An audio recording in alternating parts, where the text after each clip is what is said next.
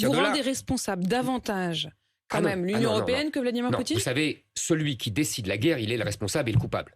Celui qui, vous savez, c'est le mot de Clémenceau. On pourra tout dire sur les causes de la guerre de 14, mais on ne pourra jamais dire que c'est la Belgique qui a envahi l'Allemagne. Quand vous voyez que Donc l'Union c'est européenne Poutine qui a envahi l'Ukraine. Quand vous voyez que l'Union européenne lance depuis hier soir l'examen des candidatures de l'Ukraine, hein, sans prédire ce qui va en ressortir, mais en tout cas lance officiellement l'examen des candidatures de l'Ukraine, de la Géorgie et de la Moldavie pour l'Union européenne, vous considérez que c'est une erreur? Oui, je considère que c'est une erreur. D'abord, c'est largement de la communication.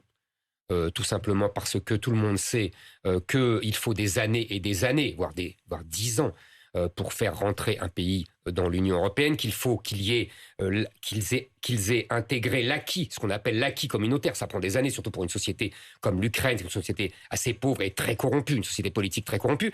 Et troisièmement, surtout, c'est très dangereux. Pourquoi ?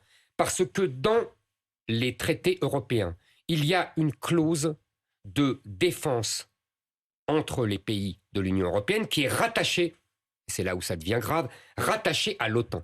C'est-à-dire que rentrer dans l'Union européenne n'est pas rentrer obligatoirement dans l'OTAN, puisqu'il y a des pays comme la Suède ou l'Autriche qui sont neutres, mais il y a un lien avec l'OTAN. Et donc, c'est une manière de déguiser, de faire rentrer l'Ukraine dans l'OTAN pour vous ? Exactement. Et c'est une manière de faire monter encore l'escalade. Donc on devrait dire aujourd'hui guerrière. Clairement non, l'Ukraine qui nous appelle à l'aide et qui dit je voudrais une démarche express pour rentrer dans l'Union européenne, il faut dire non.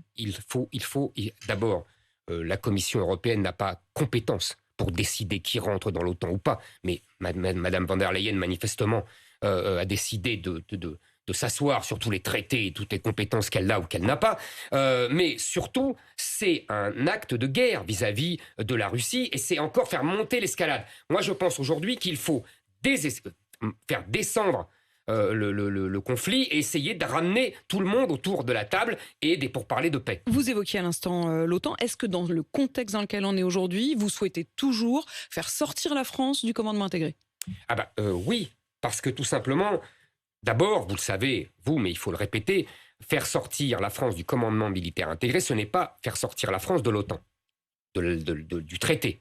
Nous aurons toujours des alliés, nous avons toujours eu des alliés depuis 1000 ans. Le général de Gaulle, quand il fait sortir la France du commandement militaire intégré en 1966, immédiatement fait un accord spécial avec les États-Unis pour redéfinir les conditions de notre alliance.